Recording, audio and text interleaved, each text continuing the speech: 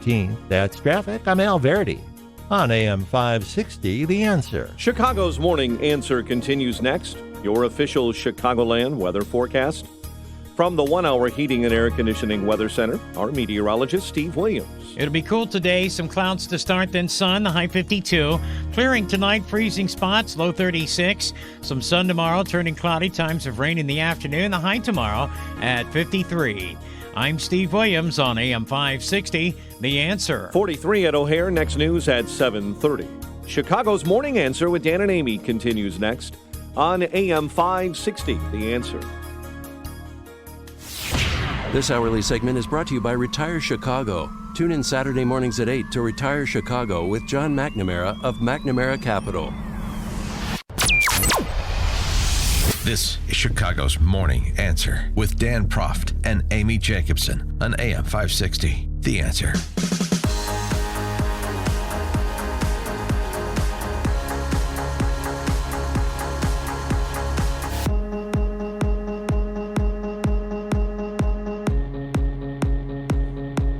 Top of the morning, Dan and Amy. Have you familiarized yourself with Congresswoman Katie Hill yet? We mentioned this story earlier in the week, and it's now metastasized into a full House Ethics Committee investigation. Katie Hill, freshman from California, one of those who won a purple district, cleaning out half a dozen Republicans in Orange County area in California, helping to put Democrats in charge of the House, Nancy Pelosi, the Speaker's gavel. Well, Katie Hill was openly bisexual and was when she ran. She had a relationship, not just with her husband, soon-to-be ex-husband. They're not going to make it, Amy. They're in divorce proceedings. I'm shocked when you bring a third party into the relationship. Normally, it doesn't work out too well. Just ask Demi Moore. She did the same thing with Ashton Kutcher. So I heard, yeah. Well, it doesn't work. Then don't be surprised that he's cheating on you, because he already has cheated on you. You were just there to witness it. Well, I don't know that that's the reason they're getting divorced, but they both, I guess, were willing participants in this arrangement. Anyway, she had a relationship with a 22-year-old staffer. Some of those pictures have been circulating online. For example, one of her naked on a couch, straddling the 22-year-old campaign staffer and brushing her hair. Yeah, I saw that one. A pixelated version of that one, Dan. And then you have the allegation that she had an affair with a congressional staffer, and this is where the House ethics investigation comes into play, because, of course, that's a violation of the House rules to have a romantic relationship with a staffer, with a subordinate. She's denying that. And then other pictures have been produced in addition to text messages. For example, picture of her with a Nazi-era Iron Cross on her thigh. Huh. Why in the world would anybody put a Nazi-inspired Iron Cross on their thigh? I don't know. Sources, according to the Daily Mail, sources say that it was Katie Hill and her husband who posted these photos online in 2016 under a thread called "Would You F My Wife?" and "Wife Sharing." Those are quotes. Now, she, as I said, is denying. We also have news, and this relates back to Illinois a little bit. Her roomie in D.C. is one of our freshman congressmen, Lauren Underwood from the Western Burbs, who on like a YouTube show named AM to PM, had this to say about her roomie, Katie. And we all get along so well. And it's so fun being able to live with Katie, right? She's from California, so brings a totally different perspective on what's going on here in Washington. And let me tell you, we have a great time at the apartment. I believe you. Great times of our lives. But here's the question. And this maybe one of our enterprising Chicago political press corps types will put this to Lauren Underwood, or somebody in D.C. Are you cooperating with the House Ethics investigation? Do you have any information, particular knowledge about any relationship Katie Hill was having with a congressional staffer in her office, which is the issue at bar. Now, Katie Hill, interestingly, she issues a cease and desist letter through her lawyer to the Daily Mail. Cease and desist using those pictures. I'm sorry. You sent those pictures in. Yeah, the cease and desist letter should be directed to Katie Hill from Katie Hill. You and your husband posted those pictures, at least that's the report. So you sort of lost standing there, I would think. But now she's acting like the victim because that's the only way she can defend her gorish actions. I mean, I think. Well, that's right. I mean, she's saying, oh, my political opponents are cynically trying to make hay with us.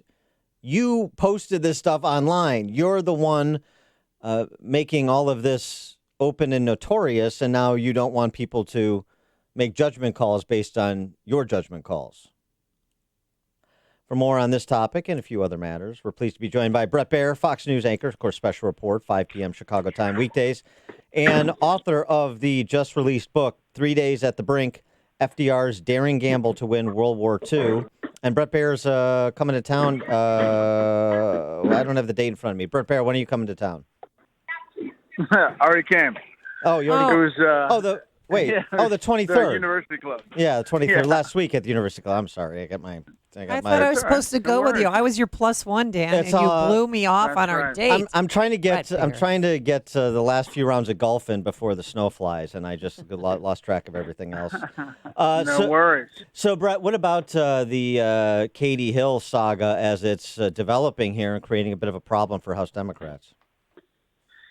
Yeah, it's amazing how it hasn't gotten a lot of spotlight. I think now with these pictures and the House Ethics Committee investigating, it'll get a little bit more attention. But clearly, she's got some issues to deal with the Democratic caucus.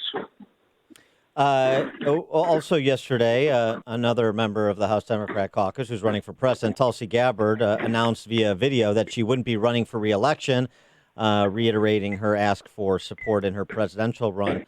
Was that a particular surprise? What's Tulsi's move there? Yeah, I don't know what her move is. By the way, I'm in the security line at Atlanta TSA as the book tour continues. So I've been pulled out. If you hear some guy yelling at me for my iPad, okay.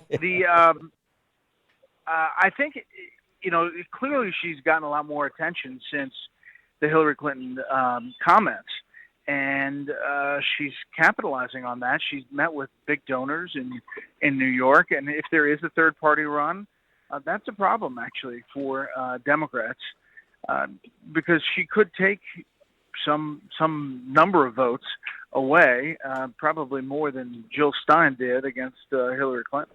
Yeah, and then you look at Joe Biden, and now Elizabeth Warren is beating him in some of the polls. Do you think she's a little too liberal, and that'd be a guaranteed victory for President Trump?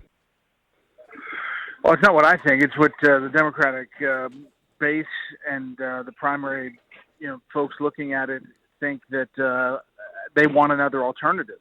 I mean, you see all of these stories about, well, maybe somebody else will get in. I mean, you have 17 people still running.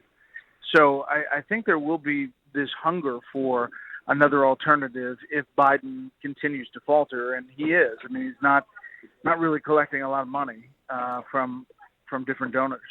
Also, just on the Gabbard the Gabbard candidacy and this fault line within Democrat Party ranks, right? They're reflexively opposed to everything that Trump does. But the problem is that some of the things he does are particularly popular among Democrats, like getting us out of endless wars, many of them tribal, and bringing soldiers home. 55% of Democrats support that position. And so the suggestion is, Democrats' knee-jerk opposition to everything Trump does has the possibility of alienating some Democrats. No, it does. And I think that the Hillary Clinton thing was really spellbinding, and a lot of people were scratching their head because if she wanted to take down her attention level, mentioning her like she did only increased it. And that really made some Democrats very upset by what happened. I wanted to get your take as well on the Department of Justice announcing that they're investigation of the 2016 Russian counterintelligence investigators. That's a criminal investigation, which is what DOJ does, so that's not that much of a surprise, I suppose. But there's some renewed speculation about John Brennan, and perhaps if they couldn't indict Comey, maybe John Brennan is still a target of a criminal action. Yeah, I mean, it's very possible. It's now a criminal investigation. We've confirmed that. We've got people that are expanding this investigation, not only in scope and time, but also money and agents. And, you have two tracks. You've got the impeachment track and you've got the investigation track that is heading for a collision course in Washington. And just on the John Brennan piece, remember, I mean, he has exposure for leaking classified information. This is the central piece with respect to Brennan, yes? One of them. We don't know what we don't know as far as yes. If you're talking about the FISA investigation, if they've somehow bent the rules as far as what they tell FISA judges, that's a different kettle of fish when it comes to criminality. He is Bret Baier, Fox News anchor, special report, 5 p.m. weekdays, Chicago time. The book, 3 Days on the Brink, FDR's Daring Gamble to Win World War II. Bret, thanks for joining us. Good luck in TSA. All right. We'll see you. We hope you get your iPad. And he joined us on our turnkey.pro answer line. Listen to podcasts of Dan and Amy from the AM 560 mobile app. Download it today at 560theanswer.com/mobile. Here's David Kolsak, president of Turnkey IT, on how they do business differently. It's been 20 years, and the business has changed probably 40 times in 20 years because technology changes every year, and you have to stay with it. You have to know where it's going and prognosticate where that is, and our clients really benefit from our knowledge and our experience and the way that we're reading the roadmap. We're putting them on things that are coming out in the future, and if it's not beneficial to the client, we won't be putting them on there. And a lot of people just fly by the seat of their pants. We have a director of information technology that his job is only to scout new technologies and how